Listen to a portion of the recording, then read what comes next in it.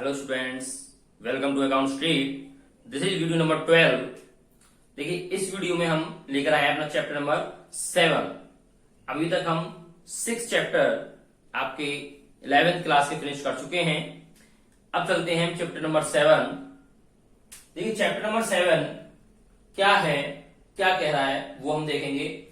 Chapter number 7 आपका है source documents and preparation of vouchers, यानी कि सोर्स डॉक्यूमेंट्स क्या होते हैं और वाउचर्स को कैसे प्रिपेयर किया जाता है, वाउचर्स क्या होते हैं वो यहां हम पढ़ेंगे।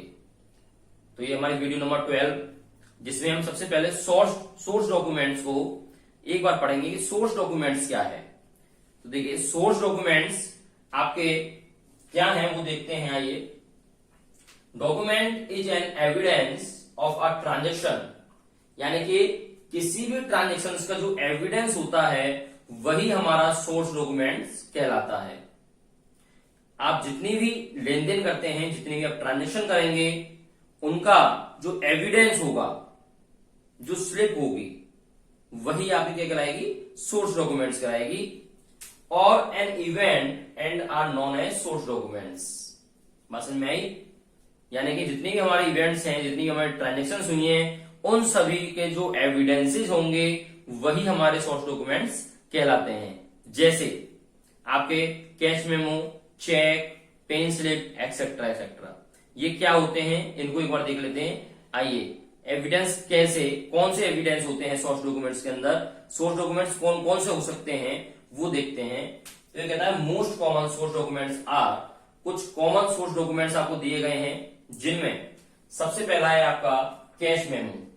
What is cash memo? Cash memo क्या है? Cash memo is prepared by seller when goods are sold against cash. It means अगर कोई भी सेलर नगद माल बेचता है तो उस माल के बदले में, उस गुड्स के बदले में आपको वो क्या देता है, एक स्लिप देता है जिसमें लिखा गया होता है उस गुड्स की क्वांटिटी, उस गुड्स का नेम और उस गुड्स का प्राइस और टोटल प्राइस। आपने देखा होगा जब आप मार्केट में जाते हैं माल खरीदने के लिए, कोई भी सामान खरीदने के लिए, तो ऐसी कंडीशन में वो आपको एक बिल रूपी स्लिप देता है, जिसे हम कैश मेमो कहते हैं। क्यों कहते हैं कैश मेमो? क्योंकि ये अगेंस्ट कैश खरीदा जाता है, नगद खरीदा जाता है। यानी कि जब हम कोई भी नगद सामान खरीदते हैं तो नगद सामान खरीदते समय उसके बदले में जो भी हमें बिल रूपी स्लिप दी जाती है वो हमारी क्या कहलाती है, कैश मेमो कहलाती है। क्या कहलाती है?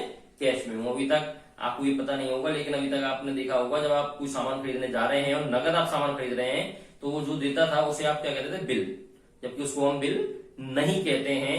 अकाउंटिंग लैंग्वेज में उसको क्या कहेंगे हम, कैश मेमो, क्योंकि आपने सामान को नगद खरीदा है तो क्या कहलाएगा, कैश मेमो कहलाएगा। यानी कि सेलर के द्वारा दिया गया नगद माल पर जो भी स्लिप दी जाती है वो हमारी कैश मेमो कहलाती है।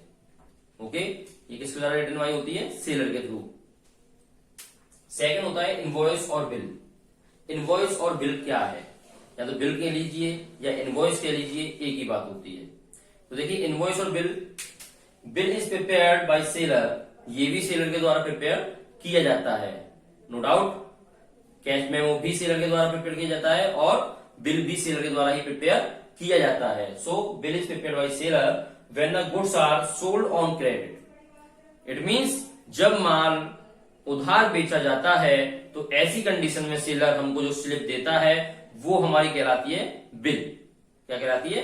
बिल कहलाती है, या इनवॉइस कह सकते हैं। ठीक है, बात समझ में आई?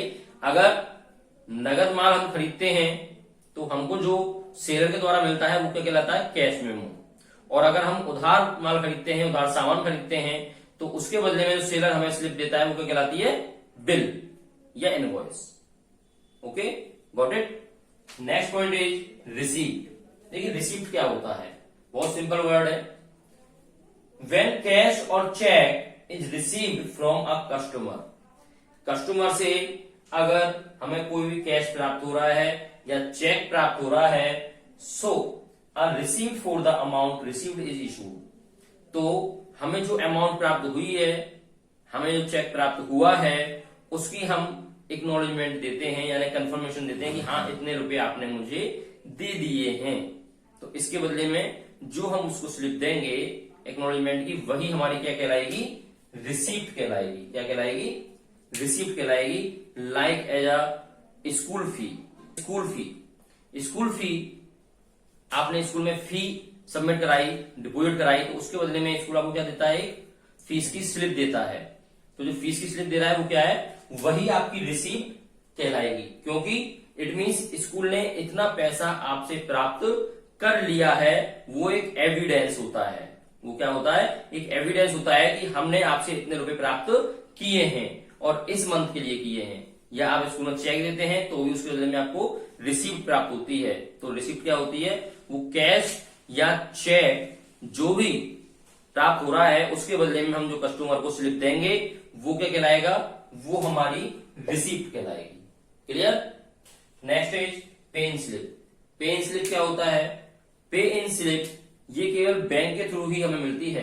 कैसे, it is used for depositing cash और चेक्स इनटू बैंक।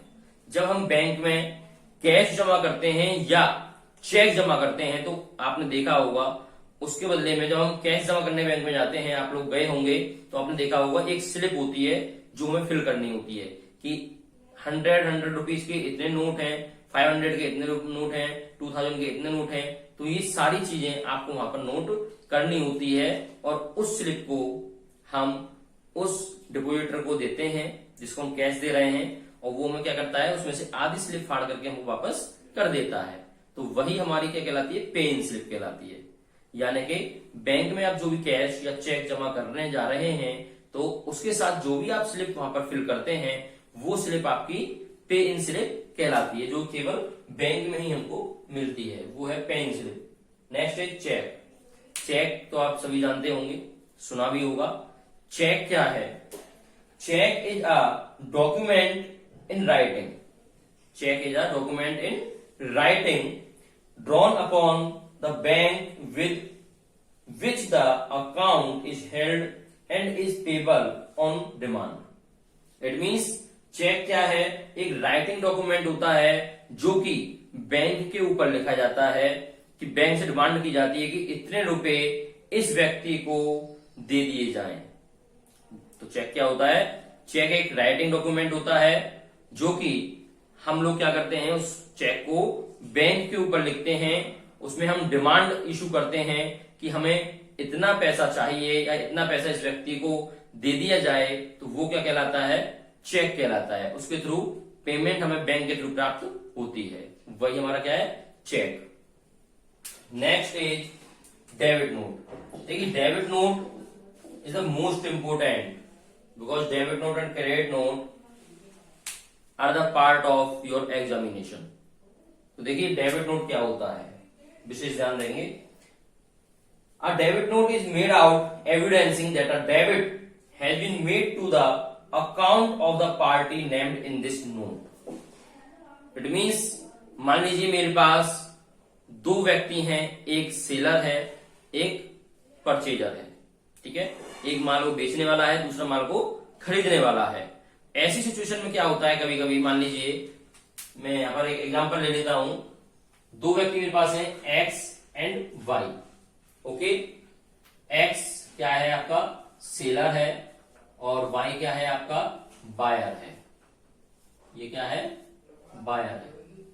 ओके, ऐसी सिचुएशन में वाई ने एक्स से कुछ सामान परचेज किया, कुछ गुड्स परचेज किया।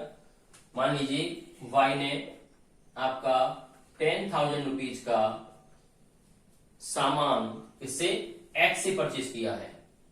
और ऐसी सिचुएशन में क्या होता है, कभी कभी कुछ गुड्स की क्वालिटी बैड निकल आती है या कुछ गुड्स डिफेक्टेड निकल आते हैं। तो ऐसी कंडीशन में बायर क्या करता है, उसमें से जो माल हमारा खराब है, जो गुड्स हमारा खराब है, ऐसे गुड्स को रिटर्न कर देता है।